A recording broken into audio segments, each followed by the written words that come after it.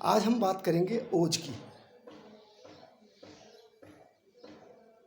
ओज क्या है? ओज प्राकृतस्तु बलम श्लेष्मा विकृतोमल उच्यते। जो दोष है वात पित्त कफ, उसमें कफ यदि अपने प्राकृत रूप में रहे तो वही बल है, और यही विकृत हो जाए तो मल है। तो बल और मल का अंतर है। अब रस धातु के परिपाक क्रम में, परिपोषण क्रम में हम बात करें तो रसादीनाम शुक्रातानाम धातूनाम यत् परम तेजस तत्खल ओजः स्वशास्त्र सिद्धांतना। तो रसादि क्रम में रस, रक्त, मांस, मेद, अस्थि, मज्जा और शुक्र, इसके उपरांत हमारा जो ओज है वो निर्मित होता है। ये ओज हमें शरीर से लड़ने की, शरीर की बीमारियों से लड़ने की क्षमता पैदा करता है। अनागत और आगत दोनों तरह की आधि व्याधियों से शरीर की रक्षा करता है। अब ये ओज है, यह इम्यूनिटी पावर है। तो आचार्य कहते हैं न च सर्वाणि शरीराणि व्याधि क्षमत्वे समर्थानि भवन्ति। सभी व्यक्तियों का जो व्याधि क्षमता है वो समान नहीं होती। क्यों नहीं होती? क्योंकि 3 प्रकार के जो बल हैं, सहज, कालज और युक्तिकृत, तीनों प्रकार के बलों से ओज की वृद्धि की जाती है। वो कैसे? सहज, जो जन्म से इनेट फॉर्म में, जो आज का आधुनिक विज्ञान मानता है, वो गर्भिणी के अंदर जब शरीर का पालन होता है तभी शरीर में व्याधि क्षमता बनती है। वो उसके आहार विहार पे निर्भर करती है कि गर्भिणी कैसा आहार विहार और वैचारिक रूप में किस तरीके के अपना योगदान गर्भ के पोषण में देती है। आपने सुना होगा अभिमन्यु, सुभद्रा ने जो गर्भ संस्कार में अभिमन्यु को जो संस्कार दिए, वो अभिमन्यु को अर्जुन से बढ़कर शक्तिशाली बनाने में सक्षम हुई। तो अब हम माने सहज। तो ये है। आज ओसामा बिन लादेन की बात करें हम, तो सुनने में ये आया है ओसामा बिन लादेन की माँ, जब ओसामा बिन लादेन गर्भ में था तो वो कौन सी खबरें सुना करती थी? लड़ाई झगड़े, अनाचार, अत्याचार, पापाचार। वही उसका स्वभाव बना जन्मोत्तर। ये है सहज। कालज में हमने देखा वयो अहोरात्रि भुक्तानाम, वय अहोरात्रि भोजन की अवस्था और काल, इनके अनुरूप बल कम या अधिक हो सकता है। यह है कालज। और युक्तिकृत, हम अपनी युक्तियों से, आहार विहार आदि रसायनों के सेवन से अपने शरीर की व्याधि क्षमता को बढ़ाएं। आचार्य ने कहा है ओजः सोमात्मकम स्निग्धम। आज मॉडर्न साइंसों में ये बात आ रही है कि शरीर में रोगों का कारण है वो सूक्ष्म परजीवी, माइक्रोबैक्टीरिया, वायरसेस या फंगस वगैरह सूक्ष्म जीवी भी हैं। मुख्य कारण वही है। जो एंटीबायोटिक्स, एंटीवायरल्स वगैरह मेडिसिन का प्रयोग होता है वो इसी परिप्रेक्ष्य में दृष्टिगत है। अब आचार्यों ने इस परिकल्पना को अन्यत्र कहा है ओजो अशनानाम रजनीचराणाम। तो ओज का अशन यानी ओज का नाश करने वाले, खाने वाले कौन है? रजनीचर। ये वही बैक्टीरिया, वायरस है जो शरीर की ओजो क्षमता की कमी करते हैं। आयुर्वेद में तो निज और आगंतुक भेद से वैसे ही कहे गए केचित भूताभिसंगोत्थ कह के आचार्यों ने कहा है कुछ भूताभिसंग। यहाँ आचार्यों ने वही सूक्ष्म परजीवियों का उल्लेख किया है और शारीरिक रोगों में और मानसिक रोगों में निज रोगों को माना है। तो ओज बढ़ाना आज एक चुनौती है। संपूर्ण विश्व ओज को बढ़ाने के लिए जो वैश्विक महामारियां हमारे विश्व को परेशान कर रही है, आए दिन आती रहती है और शरीर को कमज़ोर बनाकर उसको रोग से ग्रस्त करके असंख्य लोगों को असमय काल कलवित कर रही है। परमायु जो 100 वर्ष की मानी गई है, उसका क्या, कैसे उसको प्राप्त कर सकते हैं? जीवेद शरतम शतम। हम लोगों को अपनी व्याधि क्षमता बढ़ानी ही होगी। कैसे बढ़ाएंगे, किस तरीके से कर सकते हैं? हम लोगों को जो ओज के गुण हैं 10, स्निग्ध शीत गुरु मंद हिम श्लक्ष्ण, तो ये इन ऐसे आहार का और ऐसे व्यवहार का हमें अनुशीलन करना होगा। किस प्रकार से हम आने वाली महामारियों को दूर करें। ये महामारियां हमारे लिए एक चुनौती है। संपूर्ण विश्व आयुर्वेद की तरफ देख रहा है। आयुर्वेदज्ञों को आगे आकर इस महामारी के विध्वंस हेतु निदान, संप्राप्ति और चिकित्सा के सिद्धांतों को दैनिक जीवन में एवं रोगग्रस्त जन समूह में व्यापक रूप से इस्तेमाल करना होगा। कैसे करें? महामारी के कारणों में आचार्य कहते हैं, प्रसंगात गात्र संस्पर्शात निश्वासात सहभोजनात् एक शय्यासनात् चापि गंध माल्यानुलेपनात् कुष्ठम ज्वरम शोषम च नेत्राभिष्यन्देव च औपसर्गिक रोगांश्च संक्रामन्ति नरान् नरम। यानी ये औपसर्गिक रोग सामान्य जनसमूह में एक रोग से दूसरे रोग में फैल रहे हैं। कैसे फैल रहे हैं, इसकी विशद व्याख्या आचार्यों ने आज से 2500 वर्ष पूर्व भी कर दी थी कि कैसे फैल रहे हैं। प्रसंग से, तो प्रसंग से बचने के लिए हमें फिजिकल डिस्टेंस अपनाना होगा। मेंटली की बात नहीं करता मैं, फिजिकल डिस्टेंस हमें रखना होगा, क्योंकि ये बाय कांटेक्ट एक व्यक्ति से दूसरे व्यक्ति में संक्रामंती नरान् नरम संक्रमण हो रहा है। और उसमें ज्वर जन्मादो निधनेव च, ज्वर को बताया है कि जन्म के और निधन के समय ज्वर की उपस्थिति होती है। तो ज्वर सामान्य नहीं है, ज्वर एक लक्षण है यहाँ महामारी में जो अपनी रोग समूह को साथ लेकर व्यक्ति के मारण का कारण बनता है। अब हम बात करें संप्राप्ति की, तो संप्राप्ति में जब इन महामारियों में जो हम अमूमन देख रहे हैं विगत वर्षों में, उसमें श्वसन वह संस्थान उसमें अवरोध होकर और ये व्याधियां हो रही है। चाहे हम बात करें इन्फ्लुएंजा की, स्वाइन फ्लू की, कोरोना की, डेंगू, चिकनगुनिया, इनमें मूल विकृति हो रही है श्वसन वह संस्थान की।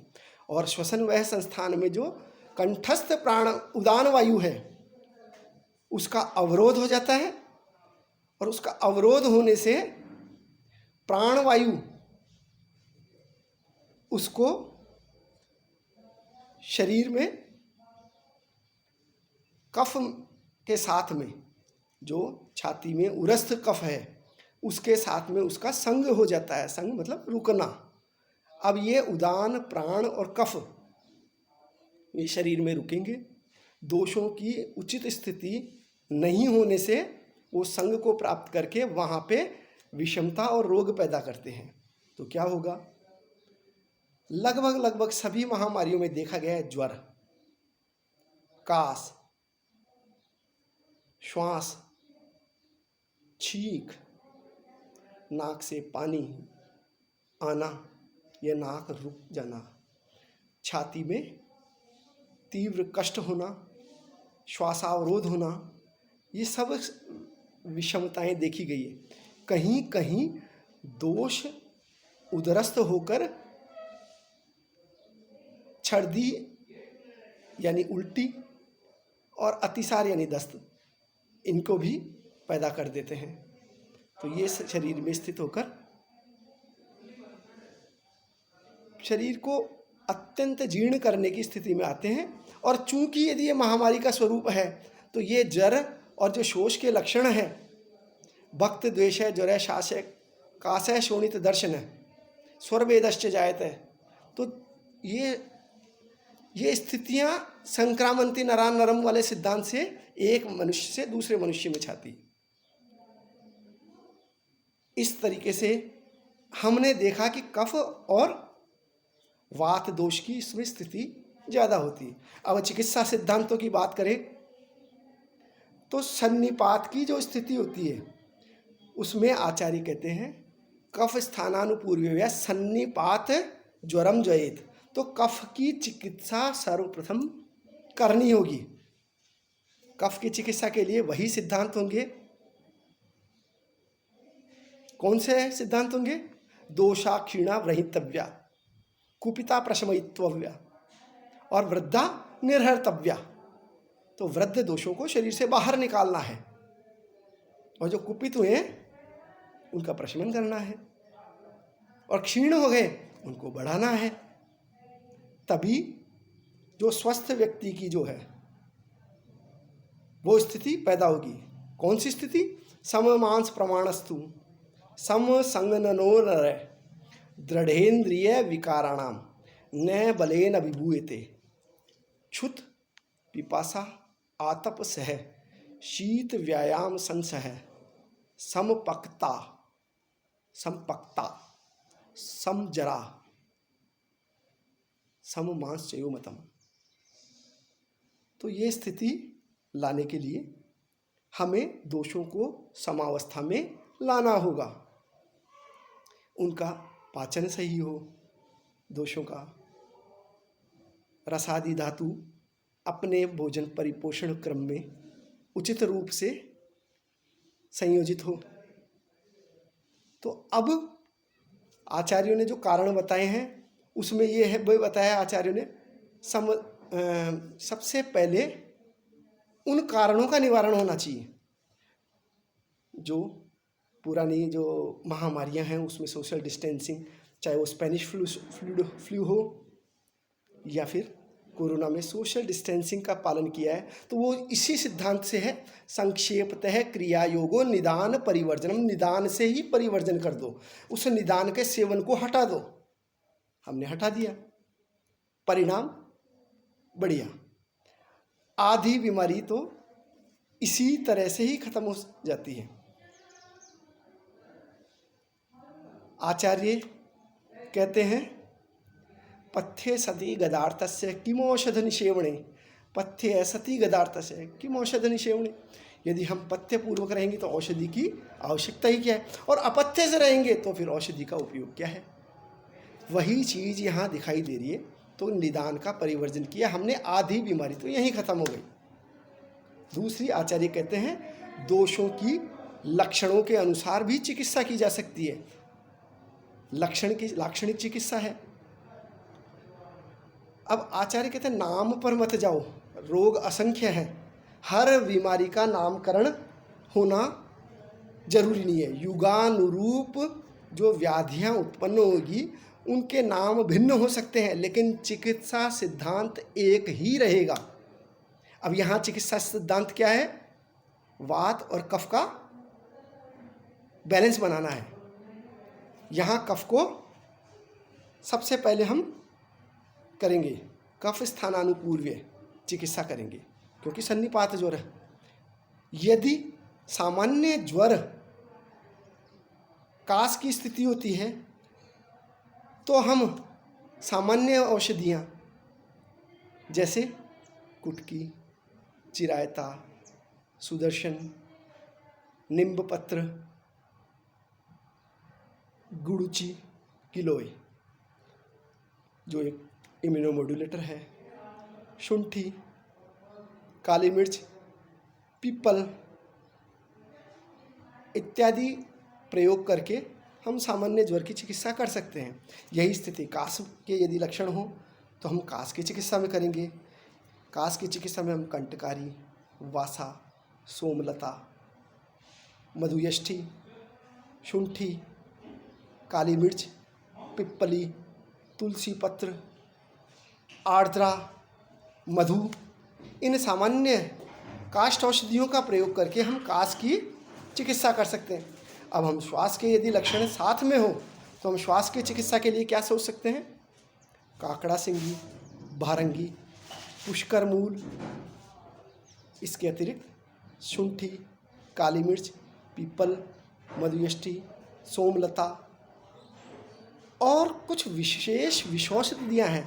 कहा है विषौषधियों का युक्ति संगत मात्रा पूर्वक योग्य चिकित्सक के साथ में व्यवहार किया जाए तो वो यशदायी और फलदायी होती है।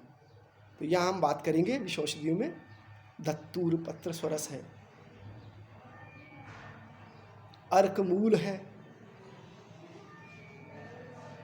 ये औषधियाँ विषौषधियाँ हैं, लेकिन इनका प्रयोग श्वास में भली भांति हो सकता है। इसी प्रकार भल्लातक है, वत्सनाभ है।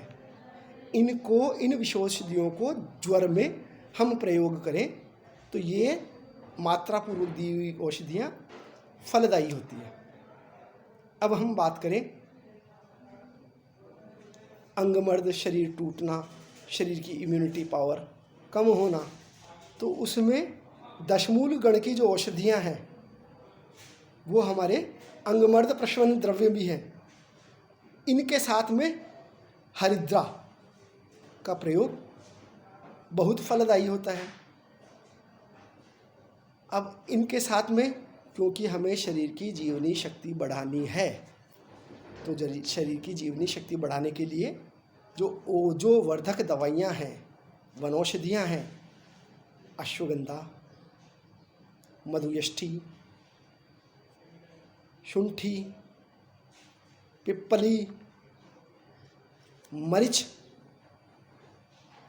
अमृता यानी गिलोय, आंवला, हरितकी, ऐसी सामान्य औषधियों का प्रयोग द्राक्षा, दुग्ध, घृत,